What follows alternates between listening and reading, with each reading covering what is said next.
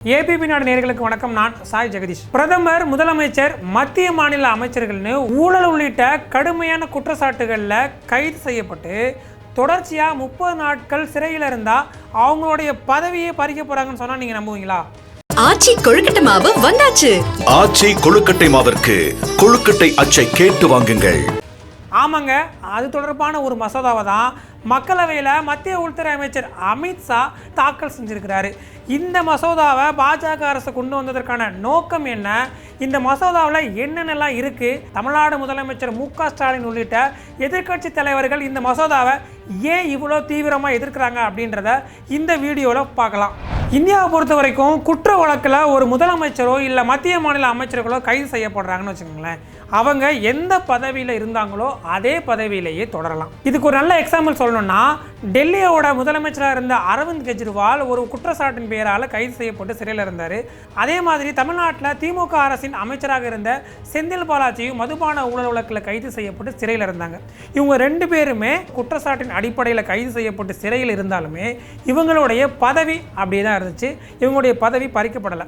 அதுக்கான முக்கிய காரணம் என்னன்னா, இதுவரைக்கும் சிறையில் அடைக்கப்பட்டாலும் அவர்களுக்கு எதிரான எந்த ஒரு சட்டமும் இல்லை அப்படின்றதுனால தான் அவங்க அமைச்சராக இருந்தாலும் முதலமைச்சராக இருந்தாலும் அந்த பதவியிலேயே தொடர்ந்து நீடிக்க முடிஞ்சது.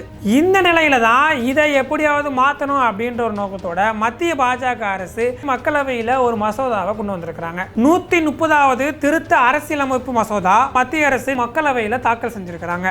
இதை மத்திய உள்துறை அமைச்சர் அமித்ஷா தான் தாக்கல் செஞ்சிருந்தாரு. அதாவது ஒரு அமைச்சர் பதவி இருக்கிறான்னு வச்சுக்கோங்களேன், அந்த சமயத்துல 5 ஆண்டுகள் அல்லது அதற்கு மேற்பட்ட தண்டனைகளை பெறக்கூடிய குற்ற செயலில் ஈடுபட்டு தொடர்ச்சியா 30 நாட்கள் கைது செய்யப்பட்டு சிறையில் அடைக்கப்பட்டா குடியரசுத் தலைவர் மூலமா அவருடைய பதவியை இந்த மசோதாவின் மூலமா பறிக்க முடியும்.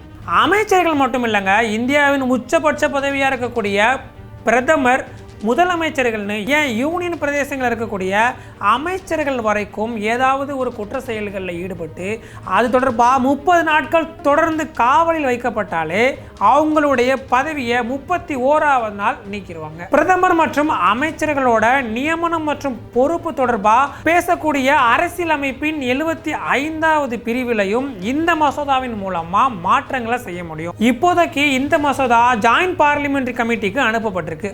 அடுத்த நாடாளுமன்ற கூட்டத்தொடருடைய முதல் நாளில் ஜாயிண்ட் பார்லிமெண்டரி கமிட்டி இது தொடர்பான அறிக்கையை மக்களவையில் தாக்கல் பண்ணுவாங்க. அதே நேரத்தில் எதிர்க்கட்சிகள் இந்த மசோதா தொடர்பான ஏதாவது ஒரு மாற்று கருத்துக்கள் இருந்தால் அதை நாடாளுமன்ற கூட்டுக்குழு முன்னாடி பதிவு பண்ணலாம் அப்படின்னு சொல்லி மத்திய உள்துறை அமைச்சர் அமித்ஷா சொல்லியிருக்கிறாரு.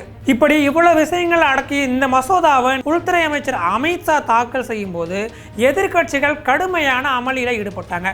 அதோட இந்த நகலை கிழிச்சும் எரிஞ்சாங்க.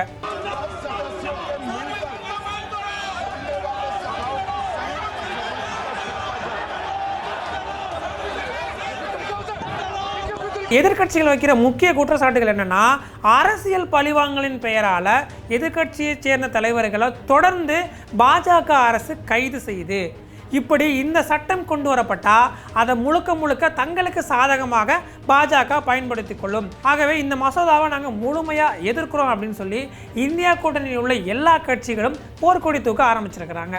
இந்த மசோதா முழுக்க அரசியல் பழிவாங்கலின் பெயரால தான் தாக்கல் செய்யப்பட்டிருக்குன்னு சொல்லி எதிர்க்கட்சிகள் குற்றச்சாட்டுகளை முன் வச்சிட்டு இருக்கக்கூடிய சூழலில் இந்த மசோதாவுக்கு சப்போர்ட்டாகவும் இந்த மசோதாவுக்கு எதிராகவும் பல்வேறு விவாதங்கள் ஏற்பட்டிருக்கிறத பார்க்க முடியுது.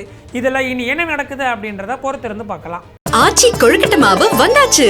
ஆச்சி கொழுக்கட்டை மாவிற்கு கொழுக்கட்டை அச்சை கேட்டு வாங்குங்கள்.